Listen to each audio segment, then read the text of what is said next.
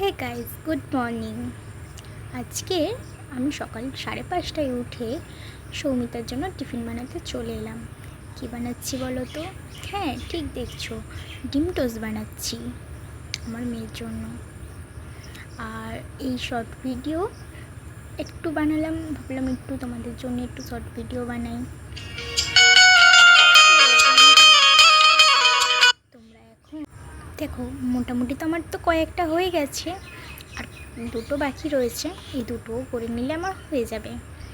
এরপরে সৌমিকটাকে দেখি ওর পাপা রেডি করেছে কি না। চলো দেখা যাক রেডি করেছে কি না। আর তারপরে আমাকেও তো ওর চুলটা বেঁধে দিতে হবে। আমার তো ওইগুলোই ডিউটি। ওর পাপা রেডি করে না, আমিই করি। আজকে বললাম একটু রেডি করে দাও, একটু লেট হয়ে গেছে উঠতে, তো রেডি করে দিল।